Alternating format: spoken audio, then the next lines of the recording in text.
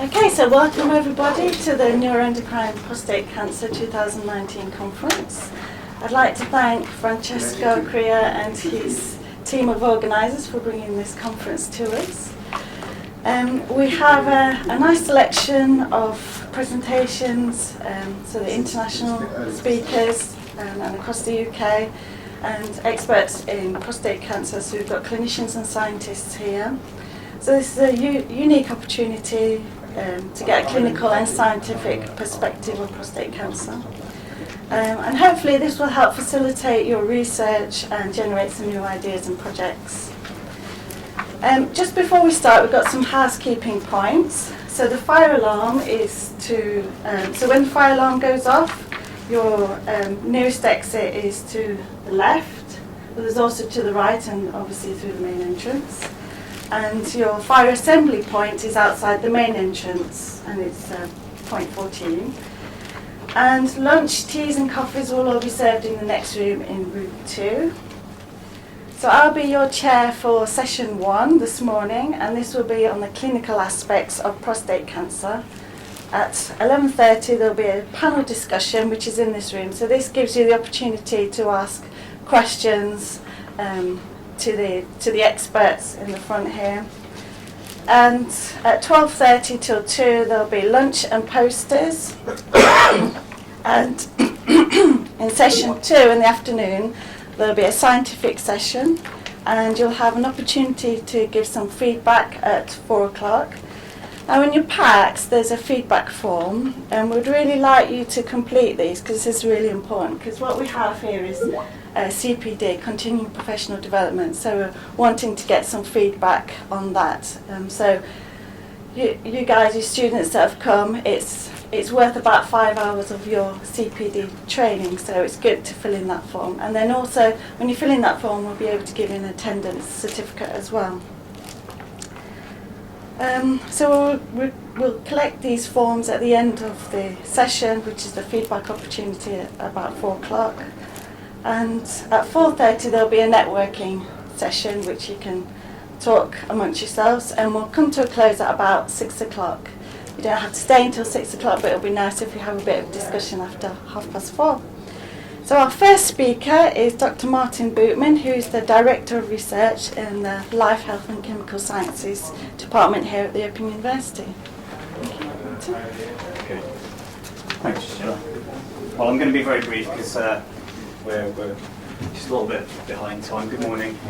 I just want to say it's a pleasure to say good morning and welcome to all of you here today to the symposium, which looks extremely interesting. As the UK's largest university in terms of student number and geographical spread of those students, we're probably best known for our distance learning, but the university is so much more than that. And indeed, the mission statement of the university reads that we're open to people, places, methods and ideas. And it seems to me that that totally encapsulates what the ethos today, people coming together to share their ideas, to formulate new methods to help society. Indeed, one of the joys of being an academic at the Open University, I won't mention the frustration, one of the joys of being an academic here is that we know we transform people's lives through our teaching.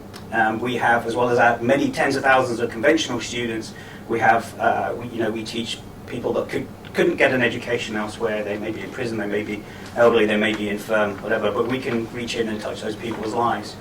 And the same, we'd like to think, is true of the research we do as well. Within the School of Life, Health and Chemical Sciences, which I'm the Director of Research for, and where Fra and other colleagues here belong, we have a wide portfolio of research that spans from psychological research through to hardcore molecular biology. And we're ever striving to make that research translational, to reach out to people and to make a difference to society.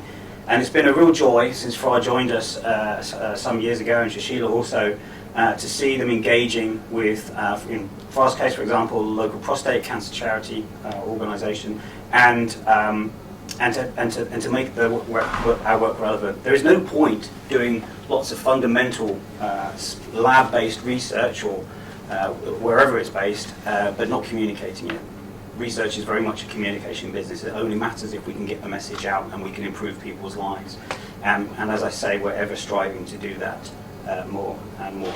So thank you so much for coming today. It's great that we have such a mix of disciplines here in the room. It's really wonderful to see you all. I'm sorry that the weather isn't better. I looked at the forecast before I came in, and the rain should stop, so if you get a chance, do wander around the campus. It really is quite lush and green due to the rain right now, but there are some quite nice things to look at. If you do wander around, for example, you can see a replica of the Philae Lander over in our Robert Hooke building, and there are some astrological rocks, I think that's the right term for it, some meteorites and various other things of great interest there, and our research labs are open as well if you'd like to have a tour around there. But the campus is wide open. If you get lost, there's a central walkway that basically bisects the campus, and when you're on it, you can go either way, and either one of those two directions will be the right one. So you really can't get lost if you're on the central walkway, and you can ask the OU staff and they'll direct you back here to the Michael Young building. So thank you for coming. Really looking forward to the day, and without any further ado, I'll hand back to Sheila and let you carry on. Thanks very much. Okay, so our first speaker is Professor Hardeep Panda from the University of Surrey. He's the director of the Surrey Cancer Centre, and he'll be talking about the clinical progression of prostate cancer. Okay, well, good morning everyone. Again, I'd like to echo thanks to Francesco for setting up this meeting, which I think is really important because this is sort of the unmet need for prostate cancer. We're all involved in various aspects of prostate cancer, early diagnosis, but of course it's the sort of the end of the pathway that I'm involved in, certainly as a medical oncologist.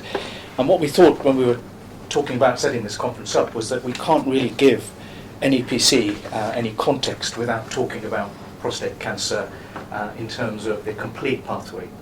So my job in the next sort of 30-35 minutes or so is to try and take you through prostate cancer from sort of A to Z. So I think if you've got an understanding of the disease and the sort of treatment decisions we make, and more importantly, what are the patients that ultimately we'll be talking about in the NEPC context, because actually numerically it's the majority of patients do really well with prostate cancer treatment. And just to put that into context, very much for our scientific colleagues, who often are working very, very hard and very detailed at very small aspects of certain diseases. And I hope this wider perspective will give you some context.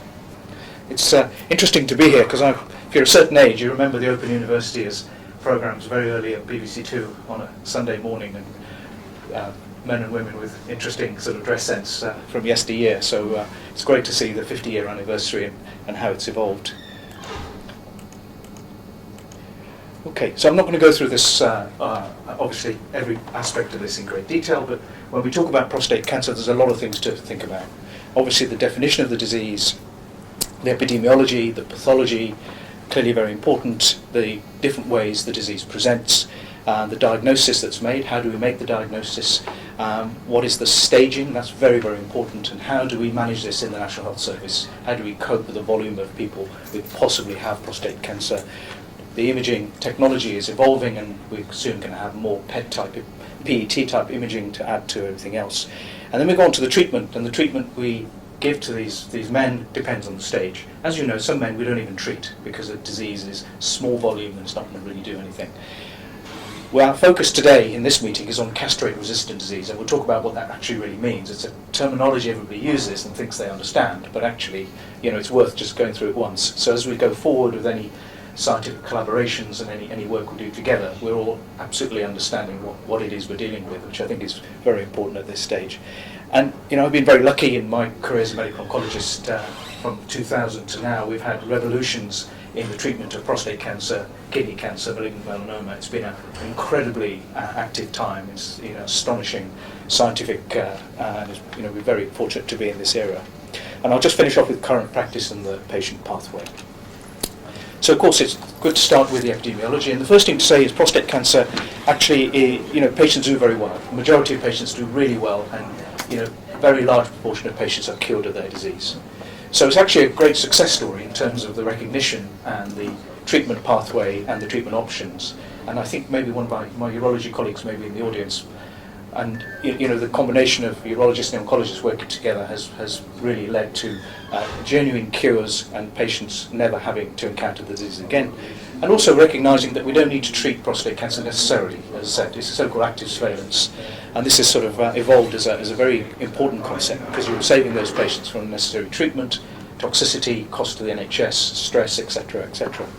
But what we do know is that there is there are a proportion of patients who are going to progress through standard treatments and then going to require more and more treatments, and these are the patients at risk of converting their disease in terms of their pathology potentially to the NEPC. So we're seeing around about 50,000 cases, new cases in the UK, and around about 10 or 11,000 men are dying of the disease.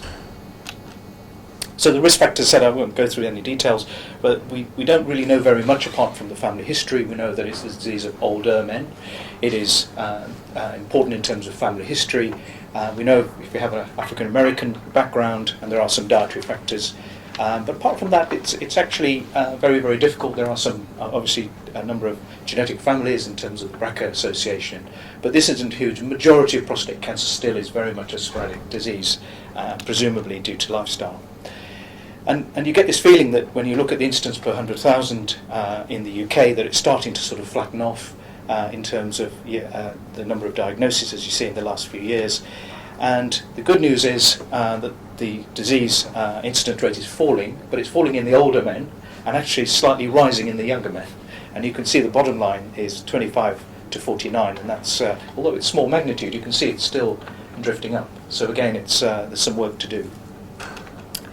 So I've gone through the risk. So in terms of, and this is the really important one, I think, in terms of understanding what the prostate is and the anatomy, and I would ask you all to sort of have a look at some anatomy atlases in due course, just to understand exactly where the organ is and what the interactions are, because that's very, very important in how we stage the disease and how we monitor treatment. And the prostate is a very difficult concept to get around your head. I mean, historically, Saatchi and Saatchi actually failed in their, it's one of the only commissions they ever completely resigned from, trying to make men aware of their prostate cancer, prostate health. And it was just that they couldn't get men to sort of understand and visualise actually what was at risk, where the prostate is, and had all sorts of campaigns in the 80s and 90s, and it was a resounding failure. So it is a difficult concept, but of course this is a gland that sits next to the bladder and has a distinct anatomy in terms of, we know the blood supply, we know the lymphatic drainage, we know where it is, and we know what happens when the prostate gets bigger. And in all of us men, the prostate invariably gets bigger with age, and that's fine, that's so-called benign hypertrophy, hyperplasia. And we know that if you have a big prostate, you don't necessarily then develop prostate cancer. The pathogenesis of prostate cancer is definitely thought to be different to that. We know there's an important nerve supply, because these things are very important when the prostate's removed, risk of impotence and incontinence, etc. So I think having an awareness of where the prostate is in relation to other organs is very important. And then, of course, the prostate anatomy itself is also very important. And then we get down to what we're here for today, which is look at pathology, and the fact that, firstly, that 95% of prostate cancers are from glandular tissue, they're adenocarcinomas. And then you can crush all of the rest into the 5%. So you've got all sorts of variations, including, interestingly, small cell neuroendocrine disease, very rare. At first presentation, we've got all sorts of other things, even squamous cell carcinoma we see, different pathologies. So we can put all those back into sort of that 5% box at diagnosis, and then 95% really are restricted to the adenocarcinoma histology. And I don't know if any of you have looked at prostate biopsies and tried to manoeuvre your way around and trying to tell which is cancer and which isn't. Actually, it's not that easy. This is stuff of pathologists in terms of the morphology. It's not that easy. And one of the reasons is, of course, you have stroma and tumour intermixed. It's not like a discrete solid tumour that we see in other parts of the body. You see connective tissue and then stroma interspersed with normal prostatic tissue, and then within that you get nests of prostate cancer glands, and this makes the pathologist's sort of role incredibly important.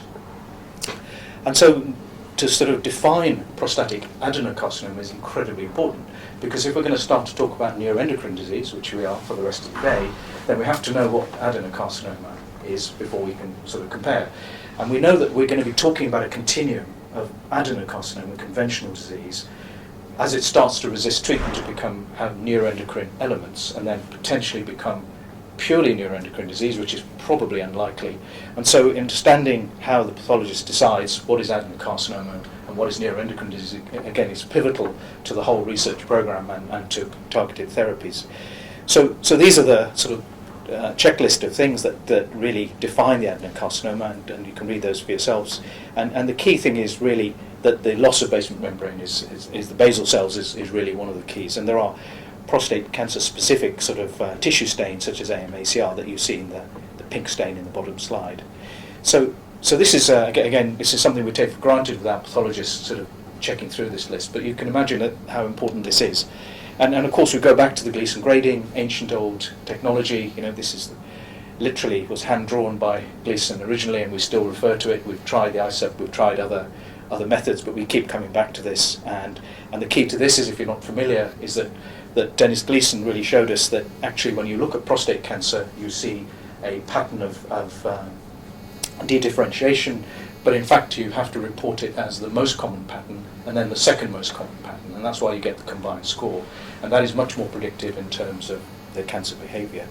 So we are now seeing, certainly in Surrey, we very rarely see Gleason, shall we say 5+5, most aggressive. Almost never see that. Most of the disease in our network is Gleason 3+3, 3+4, occasionally 5. And so we know now, maybe we're picking up disease earlier, and it's, we're getting to the heart of the matter and getting on to treatment programs quickly, but we don't really see the very nasty end of the Gleason grading that we saw maybe 10, 15 years ago. I'll go back to the anatomy of the prostate now, rather than the organs that are around it, which of course will dictate the clinical behaviour in terms of symptoms. This is the anatomy within the prostate. And as you see, you have the zones, and this is peripheral zone, transitional zone, and we know that most of the cancers arise in the peripheral zone, so 70%. And we know that this is important because that's probably where you're going to want to focus your biopsies, because why would you go somewhere where you've got less chance of picking up cancer? But there are some places in the prostate you can't biopsy up at the apex. It's not that easy. So again, it's not perfect, and we think that the peripheral zone cancers are a bit more aggressive. So again, it comes back to risk. So have you got aggressive looking peripheral zone cancers? Are they the men that are going to develop NEPC? And so it all comes back to recognising where we start off from, I think. We also know a lot about the endocrine axis, and we'll obviously talk about this later in the day, that prostate cancer relies on androgen for its growth, and we have a number of opportunities to interact with the androgen axis, either with LHRH agonists or directly with testosterone production in tissues. We'll talk more about that. And of course we know a lot about androgen receptor signaling, which again we'll talk about shortly. So going back to the slightly more clinical perspective, how do men present? Men may present with family history and come forward for their own personal form of screening. Very reasonable on the basis of symptoms, on the basis of family history, but actually not a good tool for population screening with PSA blood test, as you well know. So a lot of the time men are asymptomatics. There may be some non-specific symptoms, getting up at night, urinary issues. And very rarely you see hematuria or blood in the sperm. That's actually quite unusual. Majority of the time it's just a bit more subtle. And then in some patients they actually present with quite severe illness. They may present with backache. They may present at the end of a very long period of poor health. And this is particularly in older men that we see this. But presenting with very advanced symptomatic prostate cancer nowadays is very unusual. We don't see many patients, thankfully, like that. So we are picking up the disease much sooner. So in terms of the sort of aspects, the biological aspects of prostate cancer that really do the damage, is obviously is metastatic disease. It's disease outside the prostate. And this is a disease, just like breast cancer, that finds its way to bone very readily. And the bone metastases can cause no symptoms, and you can have a bone scan which is florid with secondary deposits, and you can have a patient with no symptoms whatsoever, and you can have a patient with a single metastasis that is so painful that we require radiotherapy or even excision. So this is, again, in terms of the disconnect between radiology and symptoms is actually quite interesting. Obviously, bone involvement equals bone weakness, equals risk of fracture, risk of spinal cord compression because the vertebral column may collapse. More rarely are the soft tissue metastases. Now, we see men with lymph nodes, that's quite common, but in terms of metastases to the liver, to the lung, and to the brain, which we see in other cancers, it's incredibly rare in prostate cancer presentation and becomes more prevalent as you start to resist treatments. So when we talk about NEPC, we're starting to think about patients who you would suspect have NEPC, and those would be these patients with visceral metastases, with brain metastases, lung, etc., and probably have no bone metastases. And in the case discussion later, I'll show you an example of one of those patients. So how do we make the diagnosis? Well, the PSA blood test is a good test. It's not perfect, and it has a lot of good and bad press, as you know. It's not a great screening test for the mass population, but as a targeted screening for specific groups of men, it's a very good test, probably. So we make a diagnosis on tissue, though, ultimately. Prostate cancer has to have a tissue diagnosis. So this is based on biopsy, and then obviously there are symptoms one is suspicious of. So PSA is a biomarker. You may not realise, actually started off as a monitoring tool back in the 80s. It was never designed to be an upfront diagnostic. And since then, of course, these things become vague and then suddenly get into practice. It has a relatively low sensitivity and specificity. It's actually quite surprisingly low, depending on the cutoff. And we see that it's high in non-prostate cancer disorders, such as benign hypertrophy, for example. And we know that probably in the UK we are over-treating and over-diagnosing prostate cancer. That probably is true, and it'd be interesting for the urologist's view. It's unsuitable as a screening test, as I said.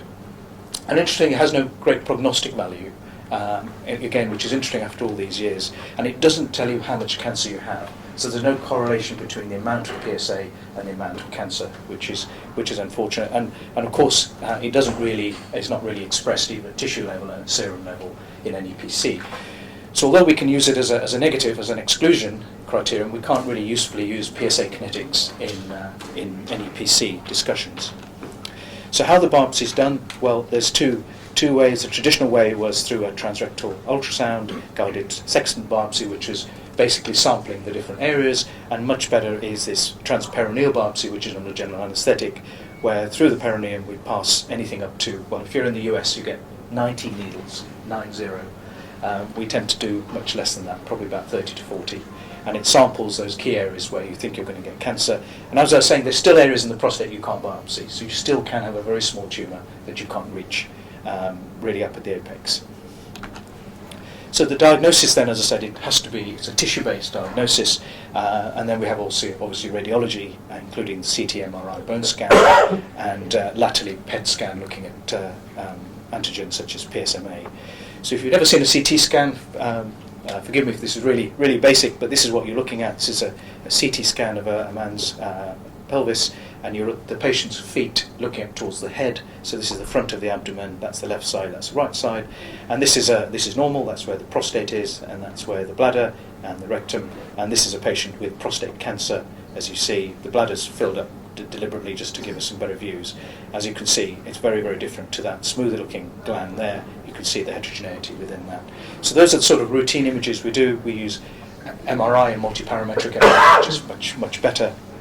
And latterly, this PSMA PET scan imaging. So this technology is well established for us. And this is a typical bone scan. This is a patient who had little in the way of bone metastases, if any, to begin with, who then progressed with their disease. And as you can see, lots of these hotspots all over. So this is a typical patient.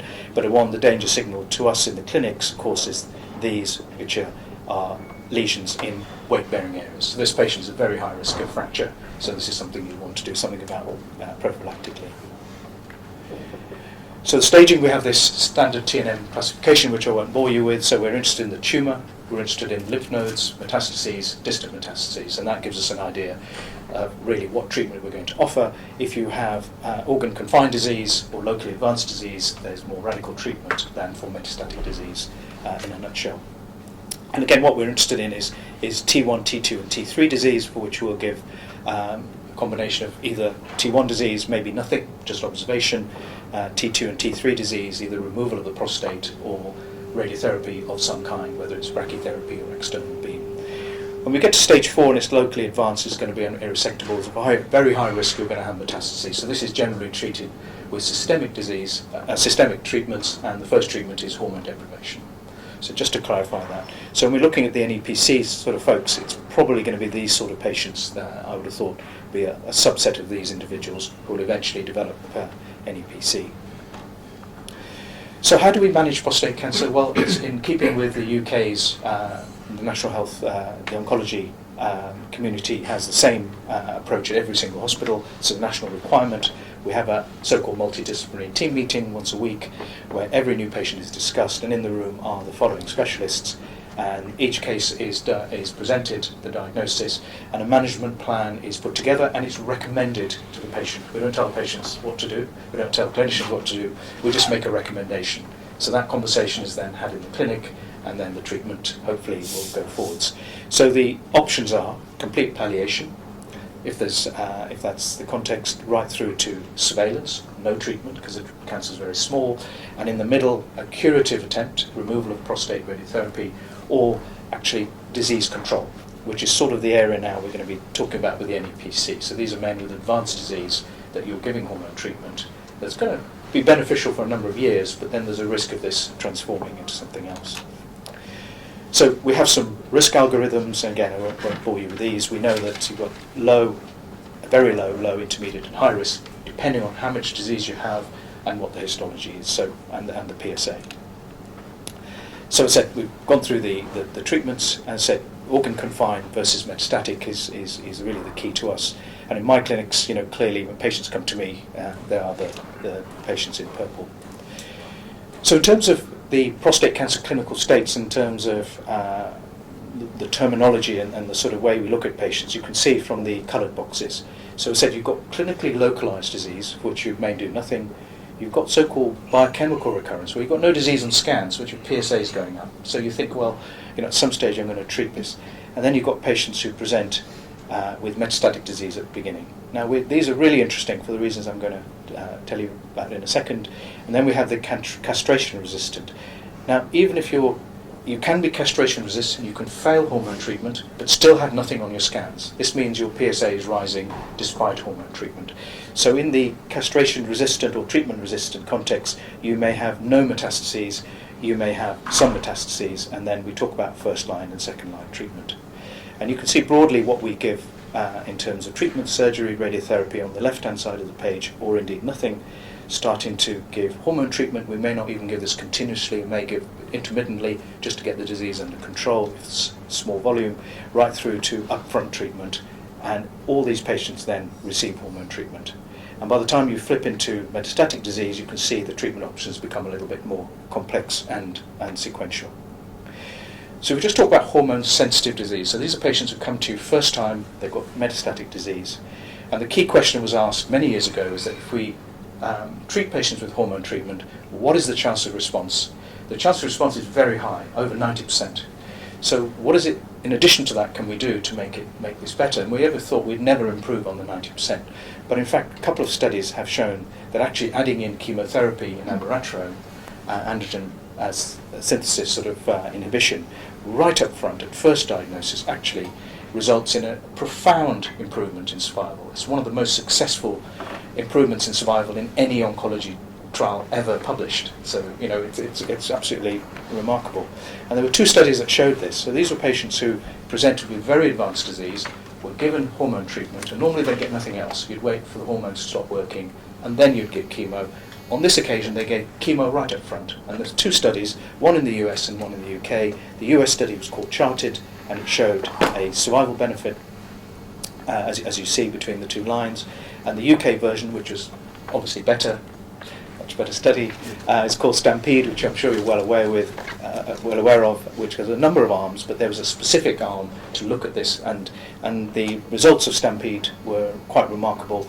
The standard of care plus docetaxel in the red line, as you see, versus so you've got a 65 months versus 43 months. This is hazard ratio of 0.73. And so this is quite remarkable because we just didn't think we'd see this. Well, what basis? We don't know the scientific basis of how this is so successful. But that's now become standard of care.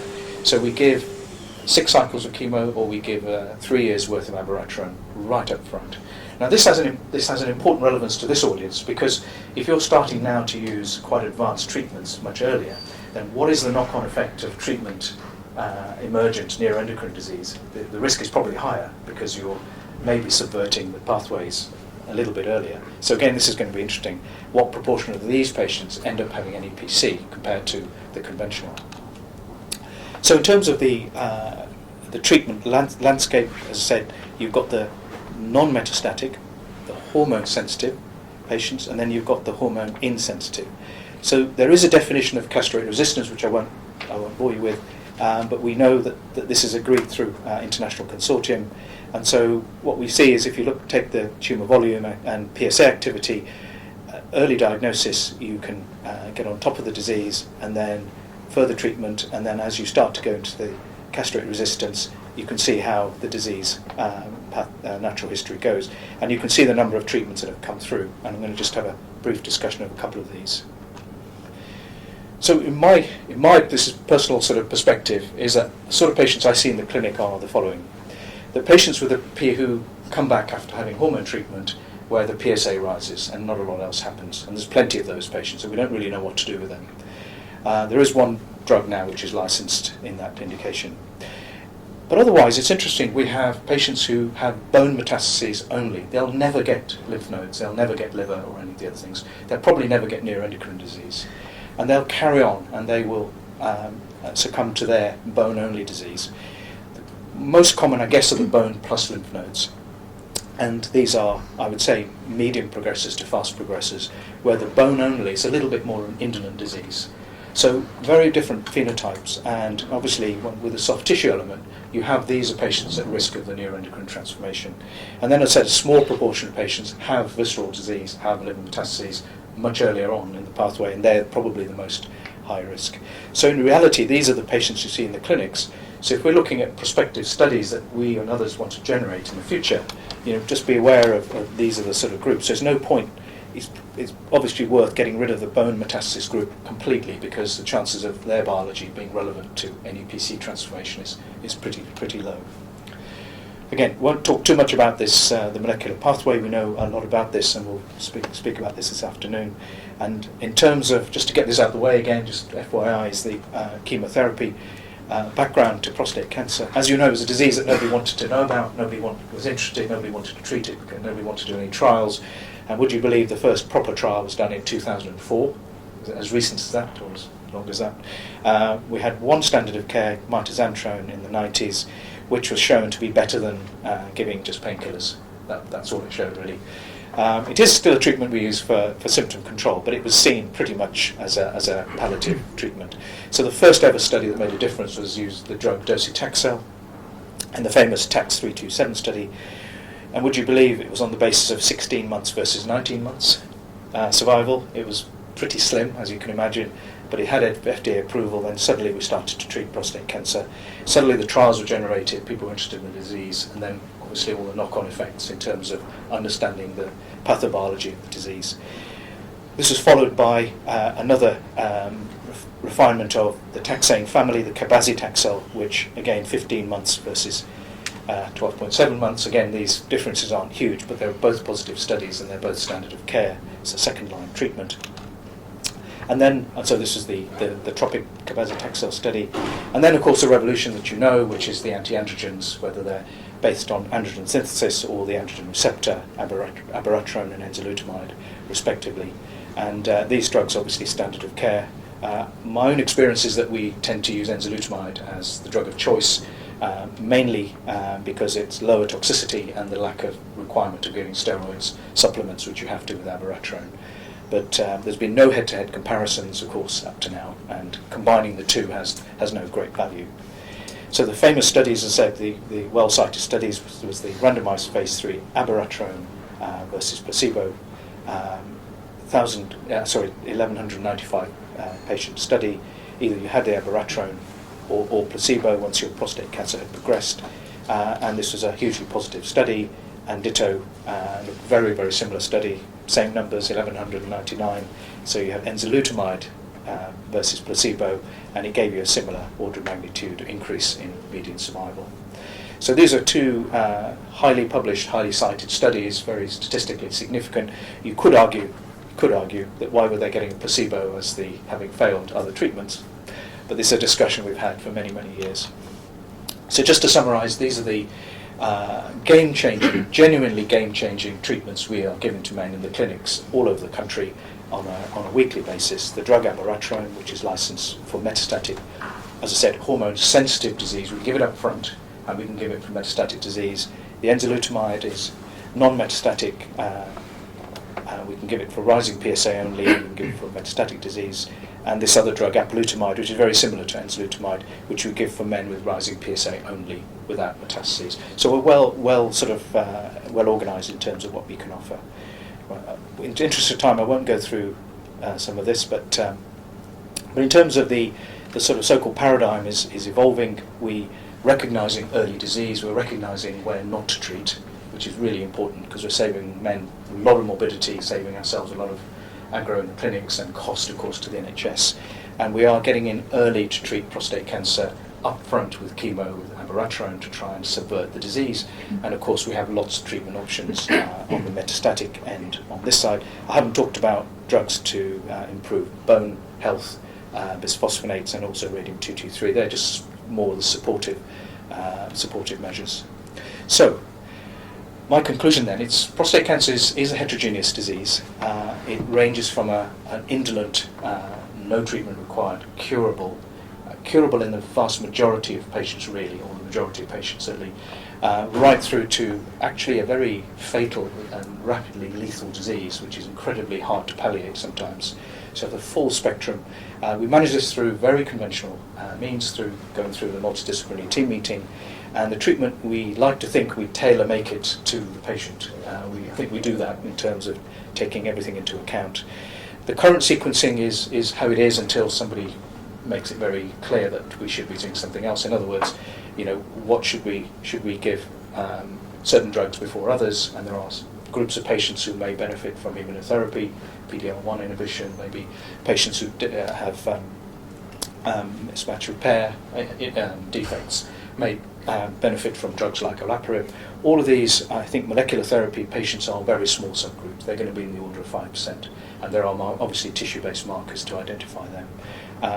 Obviously, we work very closely with the supportive element of the palliative care team, and I think one of the really important things that came to me is that we hardly ever biopsy.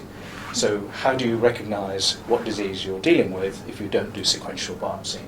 And one of the recent advances is biopsying small amounts of tissue, lymph nodes through CT and MRI, and also doing bone biopsies using a new generation of needles, which is making it a little bit easier for the patients.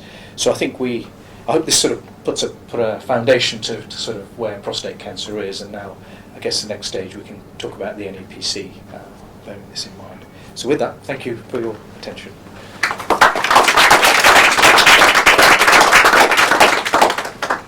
Do you have any questions?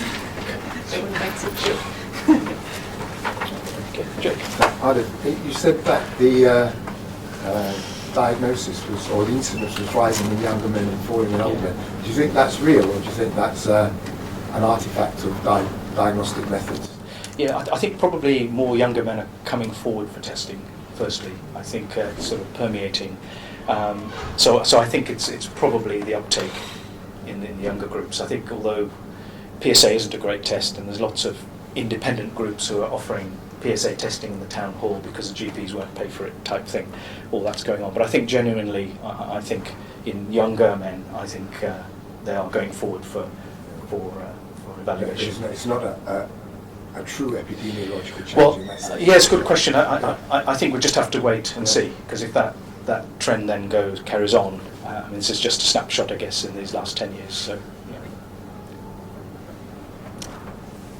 I noticed on a couple of your slides you mentioned tyrosine kinase signaling, low tyrosine kinase signal, high tyrosine kinase signaling. But given the diversity of prostate cancer, as you said, mild forms, rapidly aggressive, fatal forms, the signaling proteome must change considerably inside those cells. I just wondered if you could just illuminate on that a little bit. Yeah, so this is something that certainly in the literature we've talked about for a long time. I think any attempts so for example, if you look at multi-targeted kinase inhibitor drugs in clinical trials for prostate cancer, they've all failed. actually, we did a trial with sunitinib. It was miserable. It really was. It was worse than standard of care. So I think this is a sort of fairly untapped area. I think there's very little. I think we've focused mainly on the androgen receptor biology over the last few years and the homologous recombination sort of story with the olaparib. I think it's something that we will come back to. I think we just need different drugs. Sure. It's quite interesting. I mean, because in other, like colorectal, there's a wealth of knowledge. Yes. About what Yes, absolutely. Absolutely. I have questions about the biopsies. Yes. Because, for example, in Italy, we usually do not re-biopsy the patient. So I was wondering if in UK it's a clinical practice or is within the trials? Yeah. So, yeah. So it's very clinician dependent. Okay. So if a patient has liver metastases, you should be obliged to biopsy. You should, Okay. because it could be a number of other things. Okay. So I know that a lot of people don't. They just assume because the PSA goes up a bit. PSA kinetics is uninterpretable once you have hormone treatment, really. I mean, some men it may still be very predictive, but most of the time. So if you have evidence of visceral unusual metastases, then you should be biopsying it because it may be a second cancer. Because this is the age group, obviously, of other Okay. malignancies. So in that sense, I think what puts most people off is they think it's not biopsyable, particularly the bone. Yes. And I think yes, the Marsden have had a bone biopsy program for a long time now, literally 6 years, and they have a 70-80% yield, because of course there are two sorts of bone metastases. One is with sclerosis, with extra bone, and the other obviously is a more lytic picture. In the lytic one, obviously there is a soft tissue element in there. There are cancer cells that are evaluable. So I think as long as you're very selective with the type of bone you're biopsying, but no, I think this has to come in. I think people have to get used to it. Yeah. Thank you. So was your question biopsy of secondary sites or re-biopsying of the prostate itself after initial treatment and diagnosis? During the treatment, because or after recurrence, or just because in Italy we usually do not re-biopsy the patient, I think. The prostate is obviously re-biopsied on a regular basis, but that's after failure of curative treatment. I must say, when you see the histology, it's bizarre. It's always upgrades, always, from this to this. It always looks more aggressive, and some of it's totally uninterpretable because of the artifacts of treatment. So I never really know, one doesn't know how to interpret it in terms of going forwards.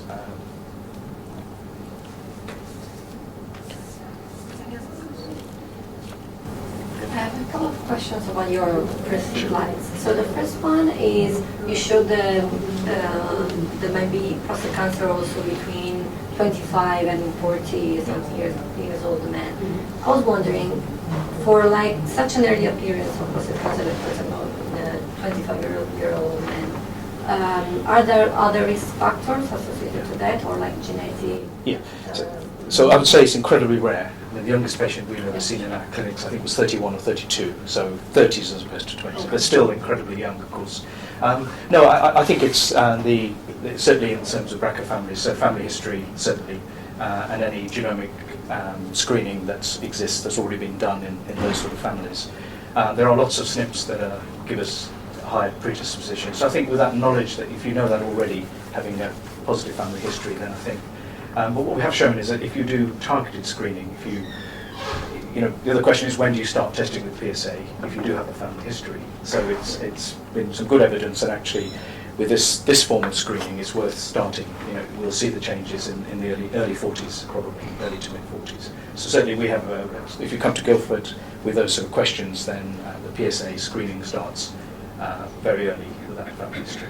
And that's different to population screening where it hasn't been shown to be significant value. And so there are no data about, because you said something related to genetics, something about epigenetics, so not related to SNPs or like gene variants. Yeah, I think most of it, most of the sort of useful information, usable in terms of, what are you going to do if you know the information? Are you going to do a biopsy in a man of 25 because he has a family history? No, you're not. You're going to probably do PSA monitoring because that's probably more useful. But that would be on the background of known. So if somebody has a very strong family history, so more than 2 blood relatives, so father, grandfather, then there is a very, very high chance that person's going to have prostate cancer. So the question is, when do you start screening? And the screening is usually PSA based, not biopsy based. but you have a very low threshold. Because there are other factors with PSA. There's the density, PSA, so-called PSA density, the PSA doubling time, volume of the prostate. So there are some other parameters that might help as well. But as you say, we obviously need some better biomarkers than PSA. It's not good enough. Yeah. But a naive question from a non-clinician. You were saying in the US they might take 90 cores. Yeah. Doesn't that remove the man prostate with no completely? disease, doesn't that cause some permanent damage to the gland? Absolutely, yeah. Now with the template biopsies, it's an incredibly precise tool. It's, the idea of the template is it looks like a 96-well plate if you're lab-based, and it's sewn into the perineum so it doesn't move, and then you've got a very clear map of the prostate, and the imaging from multiparametric MRI is, as it were, fused to your biopsy protocol. So in other words, you want to take a number of biopsies where you think the tumour nodule is. So you'll take 4 or 5 biopsies where the tumour is. So I don't see the need for the 90. If you go to the Mass General, you'll still get this many. They basically biopsy everything. In the UK, you'll have targeted biopsies based on the MRI scan, which is incredibly now predictive. And then you get 1 or 2 random biopsies elsewhere. So yeah, I think there's absolutely no need. There is a risk from biopsy of significant damage in terms of urinary incontinence, nerve damage, etc. So it's not without its risk, and it is under general anaesthetic. I think, can I just make a comment on that thing, that what you just said? At the UCL in London, there's a growing desire to move your way, i.e. let's just target this little nodules that have been picked up on the MRI scans and leave the rest of the prostate. And it's an ideal that everyone's trying to aim towards, obviously for obvious reasons, avoiding all the side effects of biopsy in patients, because you get infection, you get damages and bleeding and all sorts of different things that patients get from biopsies. However, unfortunately, multiparametric MRI scans are still not that good to localize these tumors the way we want them. Sure. There are 1.5 Tesla machines around the country, and there's an upgrade to 3.0 ones, but still, it has been found up to 30% of times where the MRI scan says there's nothing in this prostate, and there are tumors in the prostate. I would say about half of those, i.e. 15% of the it's all okay, can actually be significant disease of high glycine gradient. In essence, the European group of researchers and practitioners are not particularly supportive of what we're trying to do in the UK, because we're not quite there yet in terms of the MRI scan specificity for the nodules. Sure. But yes, that's the ideal, and that's the future. Sure. No, it's a good point. It's still in evolution, absolutely. I just wanted to ask you a quick question, because as you know, in North America they use sometimes urine tests for the PCA3. Do you think this has some usefulness in your clinics? Have you ever used it? Yeah. So I think those of us who've been involved in sort of urinary and serum biomarkers, the urinary was always seen as the most logical in the sense.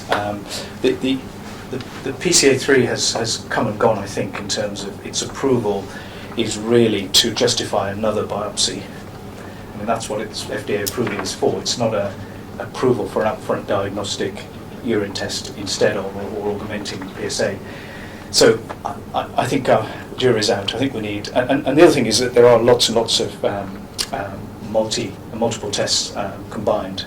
The MDX test, for example. I think what they all do is they give you, it's like a risk assessment. I think ultimately it is up to the urologist and the MDT team in conjunction with all the other data from MRI, biopsy, etc., to put it all together. I think by themselves they're risk tools as opposed to absolutes, I think, at the moment. Any other questions? Okay, just one more. Sorry. In terms of treatment, it seems like quite a challenge to know when to treat and when not to treat, and if you do treat, the tumour might transform into something else. So there's quite a hard balance on knowing what to do in terms of treatment and combinations of treatments. Would that help? So Yeah, I think the no treatment, the active surveillance, I think is, again, it's not my field exactly, it's more of a urology setting, but I think the parameters in terms of the patients who should have no treatment are becoming better and better recognised. So I don't think there's an issue. I think the problem we have is probably at the other end of the spectrum, which is the sequencing, is that if you have a choice of chemotherapy or anti-androgens or olaparib or whatever, imagine the patient's eligible for all of those, which they may well be, is at which do you give first? I think that's really the key. And this whole discussion has been completely thrown out of the window by the fact we're giving chemotherapy in abiraterone right at the beginning now. So of course we're having to rediscuss all this, because that discussion was when we came in with these heavy treatments much later. Some people still think the docetaxel does prime the disease for the anti-androgens to work better, even in this day and age. So I think the sort of the use of these drugs very early in presentation, as I was saying on the Charted and the Stampede study and others, I think that's really made it very, very difficult. Yeah. And in terms of biomarkers, I think there is some use, and maybe in the future it would be good to develop some sporadic ones, but in a way where it informs in terms of staging, Yes. or progression, or Yes. likelihood of metastasis, Yes. that kind of thing. Yes, absolutely. Okay, great. Well, Great. thank you very much for an overview. The clinician's point of view, for us that are new to prostate cancer, it's really helpful. So next speaker is Dr. Francesco Crea from the Open University, and he'll be talking about the clinical characterization of treatment emerging NEPC. Thanks, Sushila, for the presentation. Thank you, everyone, for being here, and particularly to Hardev for the great introduction to the meeting, and to Martin for introducing you to the Open University more widely. So I will speak about the clinical characterization of treatment emergent neuroendocrine prostate cancer, and my work has been made really much easier by what Hardev has said. So I'll focus on just the clinical characteristics of this newly discovered type of disease. So this is a brief outline of what I will discuss today. I will try to answer some questions, but as you will see at the end of the presentation, some of these questions will still be open for discussion. First of all, what is neuroendocrine prostate cancer and how frequent it is? And secondly, how important is the role of second-line hormonal therapy, or abiraterone and enzalutamide, in affecting the incidence of neuroendocrine prostate cancer, and obviously how we can detect, if possible, as early as possible, neuroendocrine prostate cancer, and is there any effective therapy for neuroendocrine prostate cancer? And finally, I'll just propose some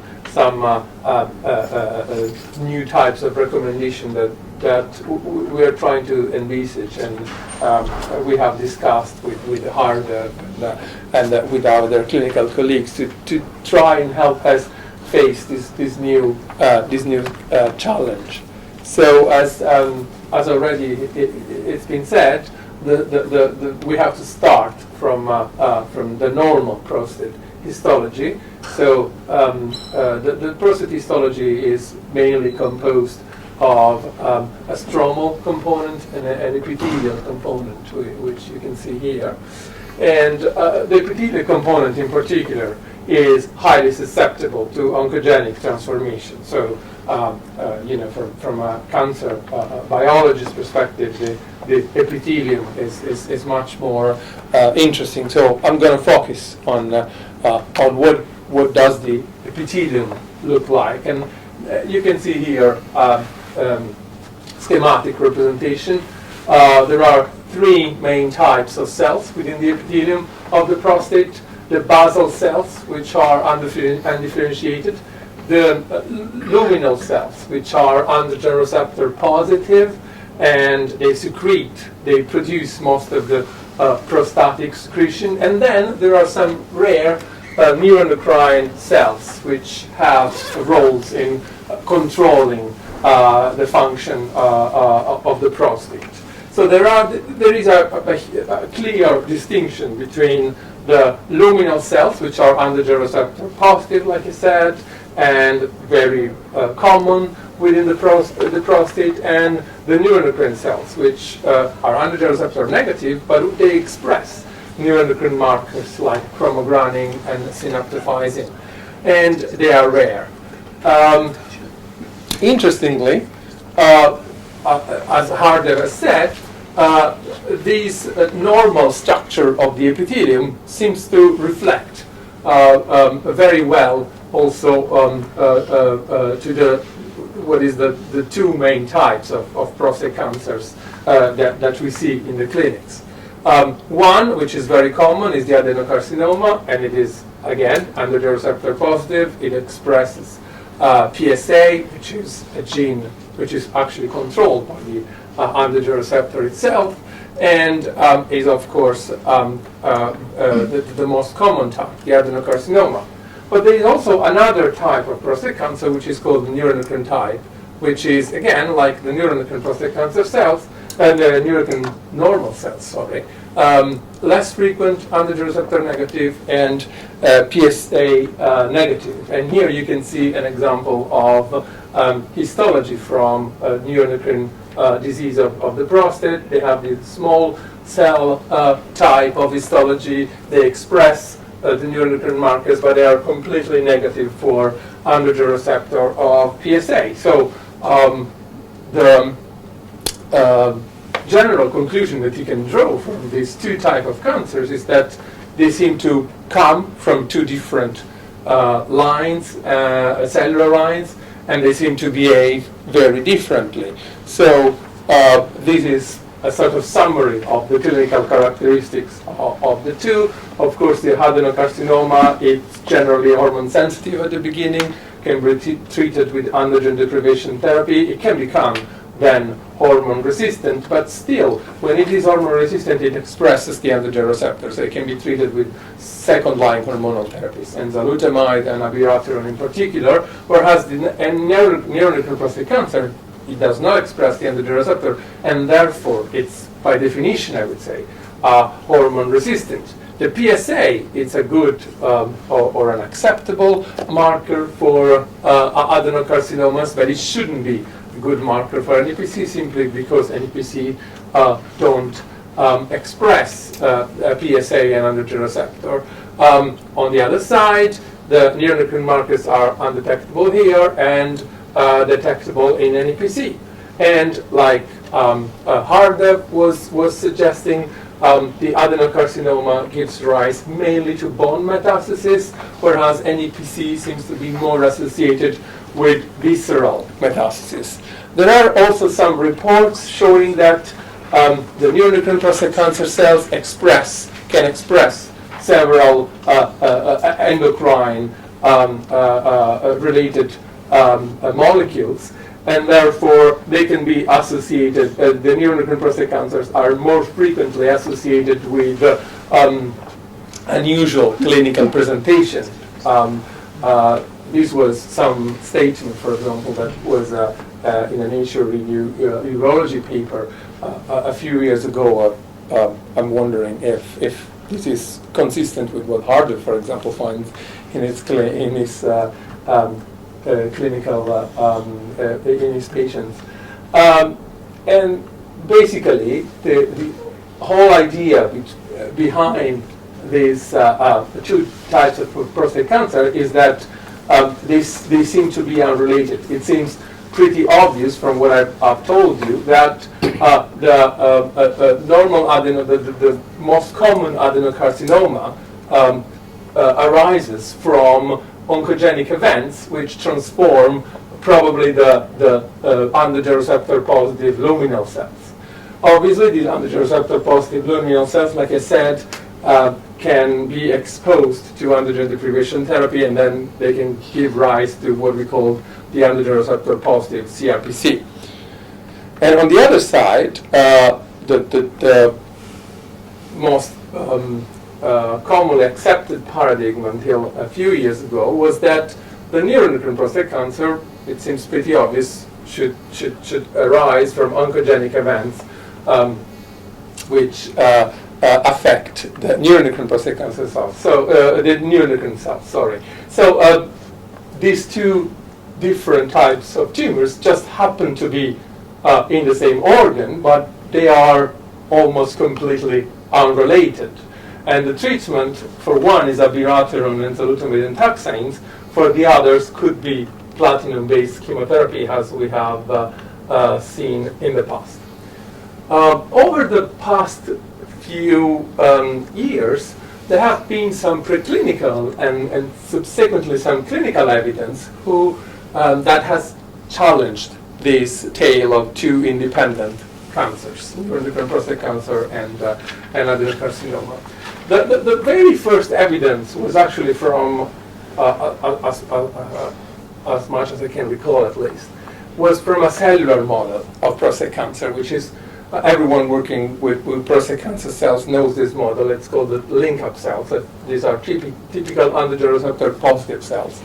But there's been an observation in which was published in the past century, actually, and showing that if these androgen receptor positive typical adenocarcinoma cells were exposed to prolonged androgen deprivation, they started changing their shape and their expression levels. They became more neuroendocrine-like, and they expressed also some neuroendocrine markers.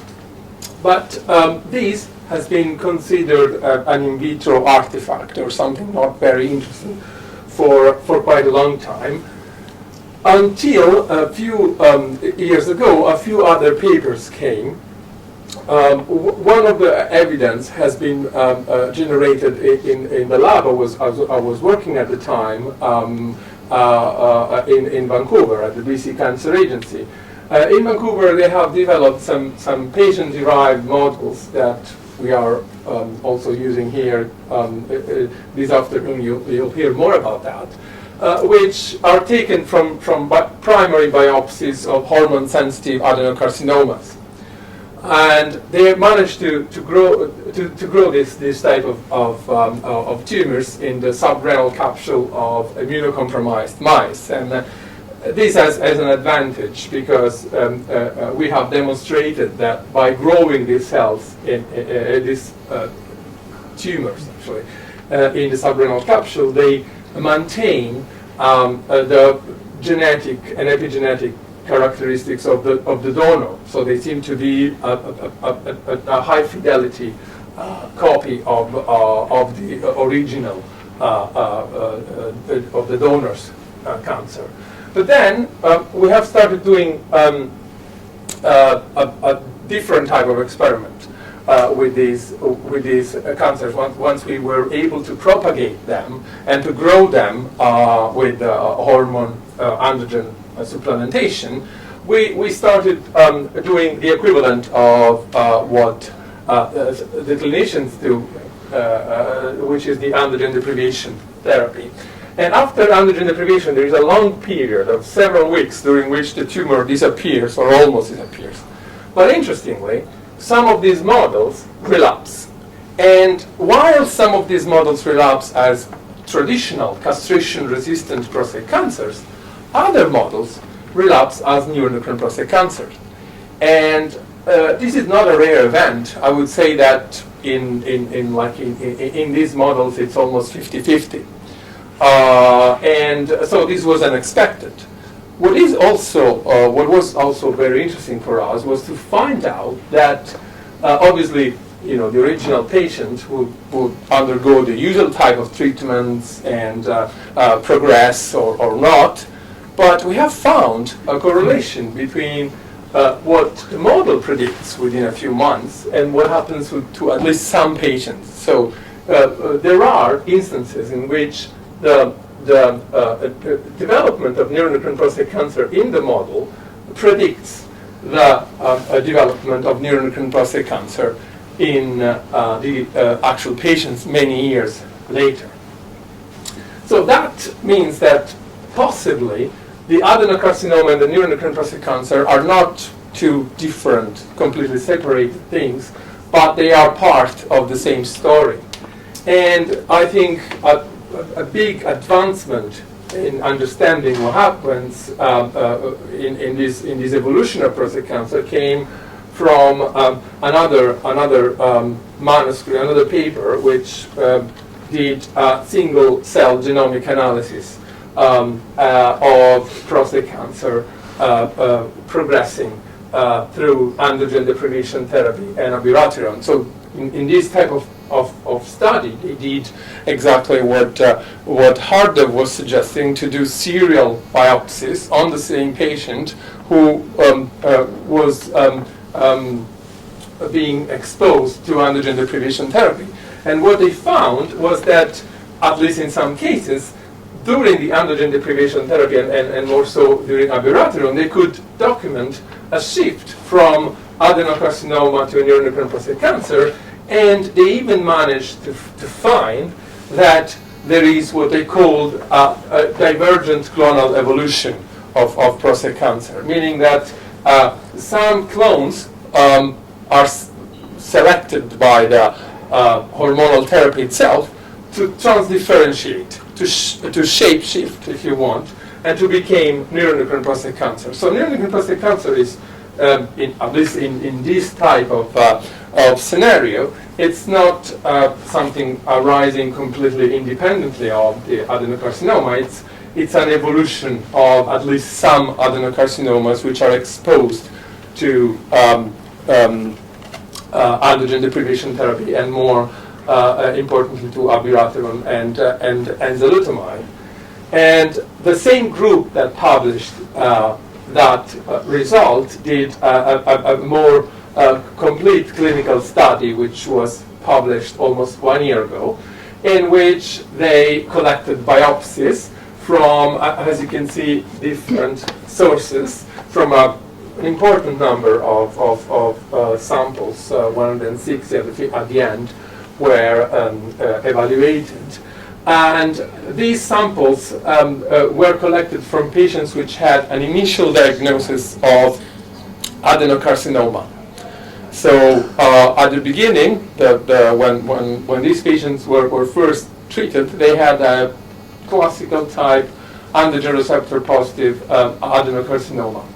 But then, when they were rebiopsied after treatment with enzalutamide and with abiraterone, and particularly at progression, they found that 17% of the samples showed clear neuroendocrine prostate cancer histology.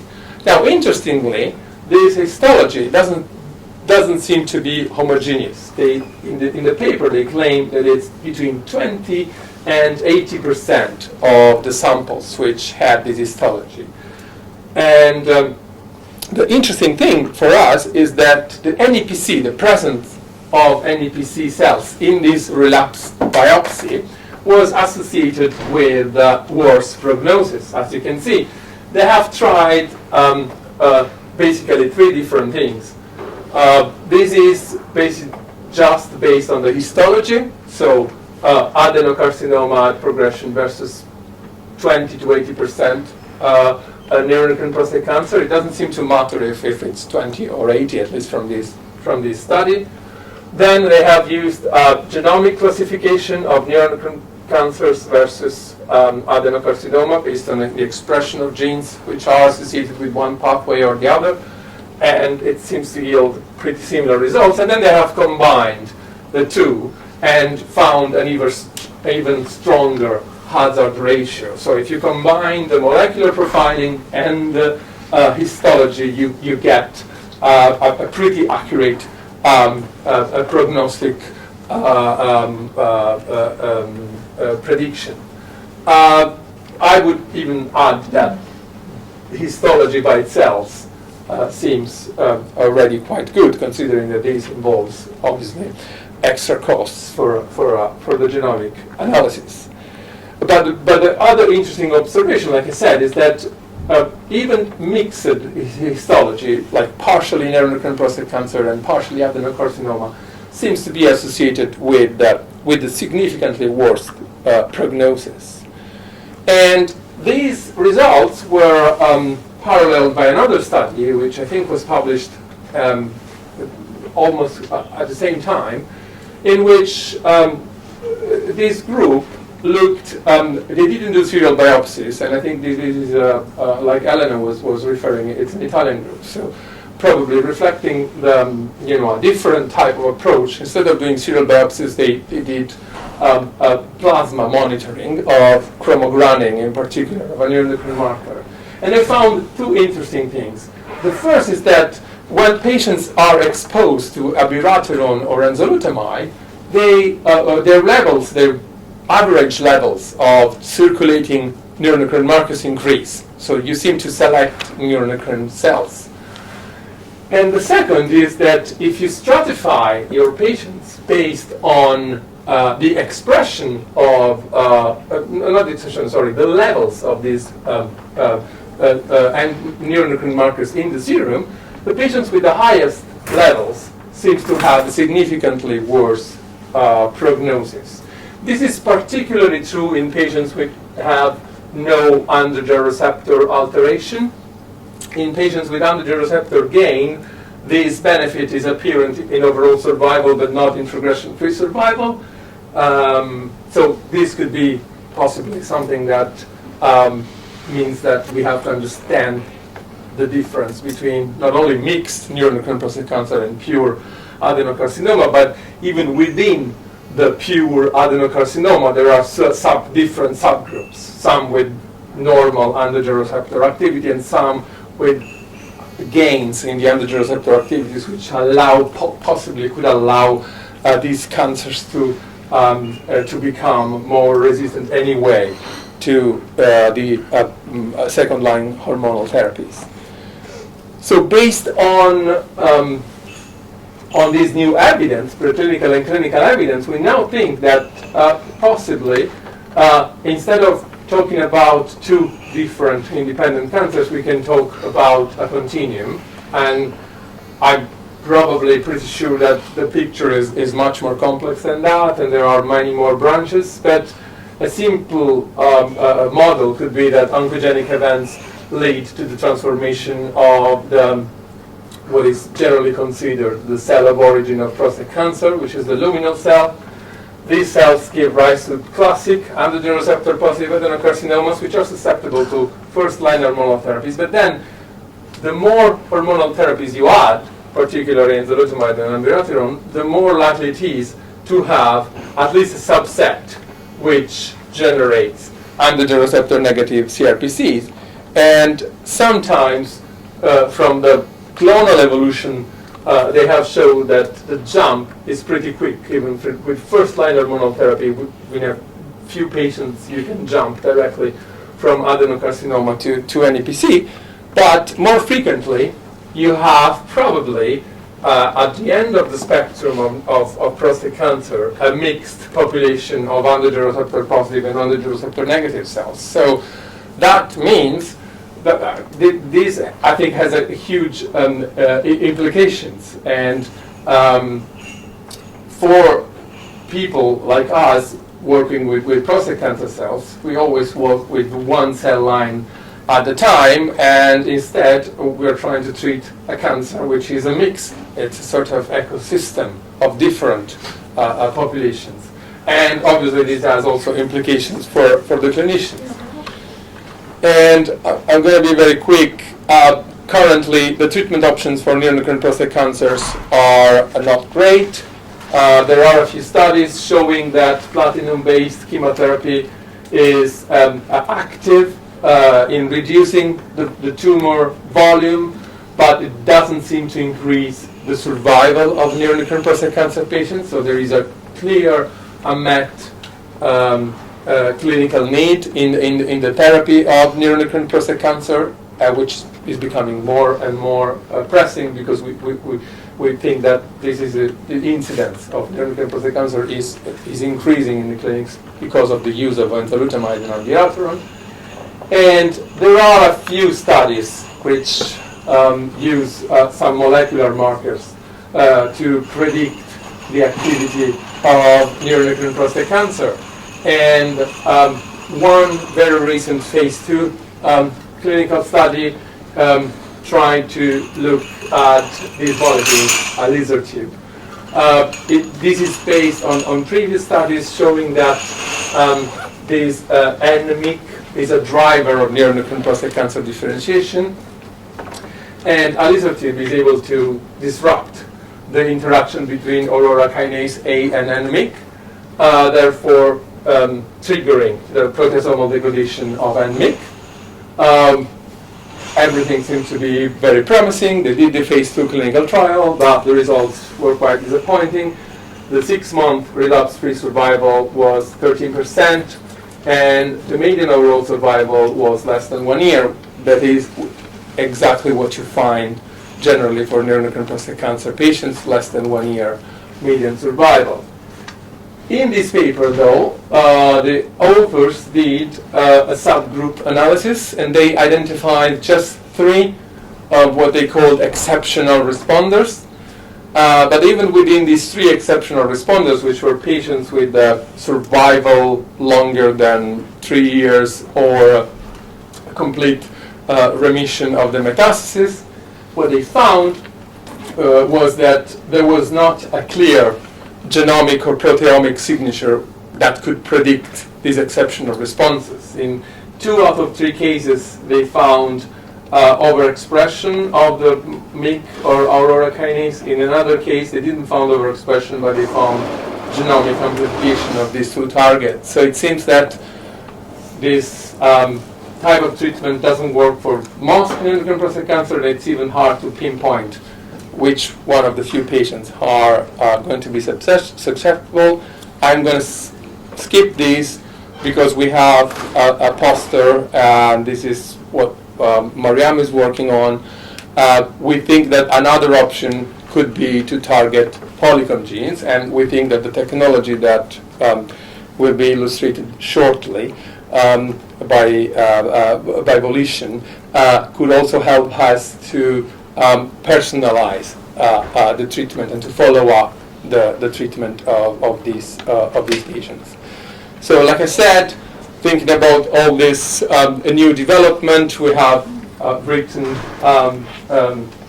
a small review paper in which we have suggested some things that could be done in the future, and some of them could be currently in use, some of them are supported by clinical studies, and some of them are just at the level of preclinical evidence, so far away from clinical application. But what was already being discussed earlier is that possibly we have to think about biopsies for prostate cancer patients, and particularly biopsying the metastatic sites, and we believe that the rapidly progressing lesions without proportional PSA rise, the visceral metastasis, and or people with unusual presentations could be particular candidate for biopsies. At the moment, I think the treatment option is only cisplatin-based chemotherapy, but there are some other inhibitors which could be used alone or possibly, I would say, in combination with chemotherapy to improve the survival of these patients. So, in conclusion, I think that prolonged hormonal therapy increases the incidence of NEPC. NEPC cancers are more sensitive to platinum-based chemotherapy, but this sensitivity unfortunately doesn't seem to translate into an effect on survival. And we could use repeat biopsies and serum markers, and we really need NEPC-focused clinical trials. And I think these points can be discussed further in the panel discussion with clinicians and with biotech companies shortly after that. Okay, thank you very much.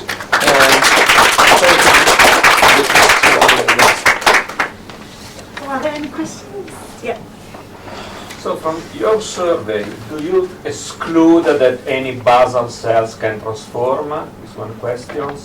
The other is that basal cells can become some way luminal cells, and where the presumed stem cells of the prostate reside, and whether this could transform as well. This is a very important question. I didn't want to enter into this debate because I think it's still unclear which one is the cell of origin. I think for the purpose of neuroendocrine prostate cancer, it is probably either the basal or the luminal cells, which gives rise to adenocarcinoma and then to NEPC. From my perspective, from the type of studies that we did in Frederick, it looked like the luminal cells were more likely to generate prostate cancer, but I know that there are different views, and I think it's also dependent on the model that you use to do that, and on the markers that you use to differentiate which cells is of origin. In relation to this question, according to the de novo NEPC, so because we all agree that the treatment related to NEPC derives from the adeno, but the de novo ones, do you still think they derive from the adeno in somehow, or maybe those ones can have a different origin according to the old theory? I think we could have two yes. different types of I think this is very possible. This is very possible. What we would need probably would be more studies like that. I can't remember the one that the group of Francesco De Michelis did with the targeting and the genomic single cell sequencing, and then that I think can also answer the type of questions that Mario was asking earlier. We have some data in the mouse that I will show this afternoon that tell us that maybe there are two different ways. So, and I think that we can model in the mouse the two different settings. So it will be helpful also. Yes. I think that the type of progression that I have outlined is just a proposal, but like I said, it's probably much more complex than that. And actually, even in YT can tell that much better than I.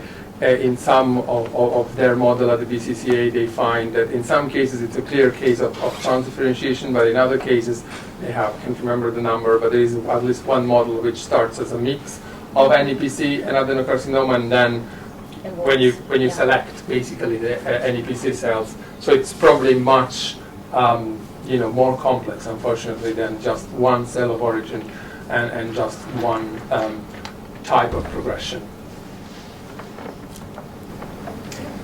Do you think that there will be a difference if we use intermittent hormonal therapy compared to continuous hormonal therapy in regard to the incidence of NEPC? This is a great question, but I don't know, to be honest. From a biological point of view, what we generally do in the lab is the equivalent of continuous hormonal therapy, and we see.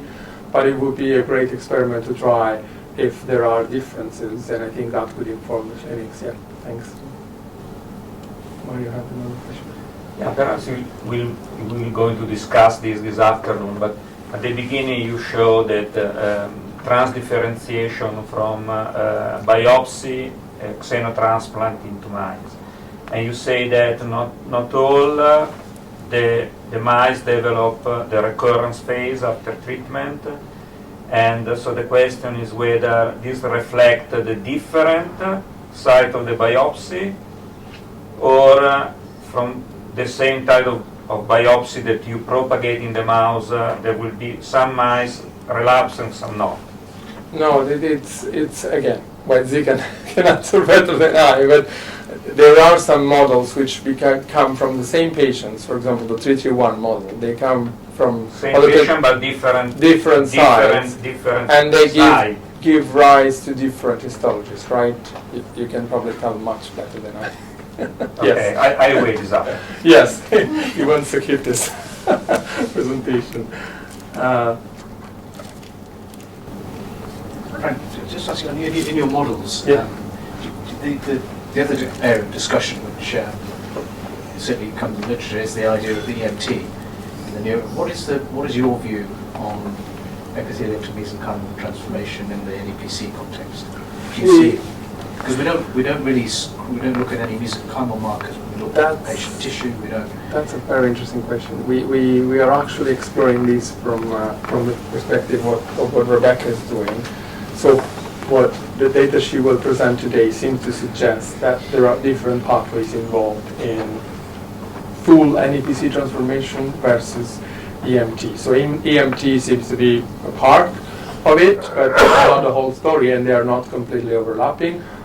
Obviously, we are looking at this from, as you said, the very specific perspective of one long non-coding RNA. But what that long non-coding RNA, for example, is telling us is that the long non-coding RNA itself is activating different pathways. Some of them are associated with NEPC, some of them with EMT. They happen to be together, but I don't see a complete overlap, and perhaps there could be also instances in which the NEPC transformation could occur almost without AMT. That said, the neuroendocrine prostate cancer is much more metastatic, and particularly in this version, visceral metastasis. So I don't know if in the real world the two things can be really dissected. Okay, well, thank you for Mario Herman. Oh, you've got. Yep. Just take advantage of the. So, but in your survey of this history of aberration through the neuroendocrine types, so there also be an analysis of how the stroma is modified along with this type of transformation.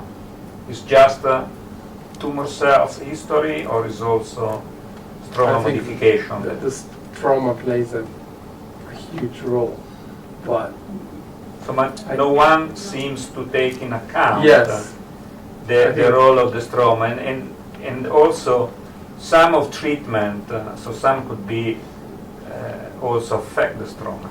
Yes, and absolutely. how much the stroma respond to the treatment. Absolutely. That is known. I think this is really an area that is completely, it should be explored much more, because we know that the stroma and the epithelium are two separate entities in our mind, but in the true prostate cancer histology, they are part of the same organ. So there should be much more research on that for sure. And I would say that all treatments affect the stroma as well. We have nothing which is even close. Even the targeted therapies, which have like EZH2, for example, there are. You affect also the immune system. Exactly. There are huge concerns that EZH2 inhibitors, which are used in the clinics, could actually affect the immune system. So, yes, absolutely, it's a very, very important area that should be looked at.